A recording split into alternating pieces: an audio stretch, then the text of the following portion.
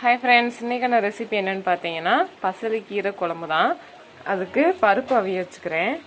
சின்ன வெங்காயம், தக்காளி, பச்சை மிளகாய் இது எல்லாத்தையும் சேர்த்துக்கிறேன். ஜீரகம் சேர்த்துக்கிறேன். பசலைக்கீரையை இந்த மாதிரி ஒரு இலையை ஆஞ்சு வச்சுருக்கோம், அதையும் சேர்த்துக்கிறேன்.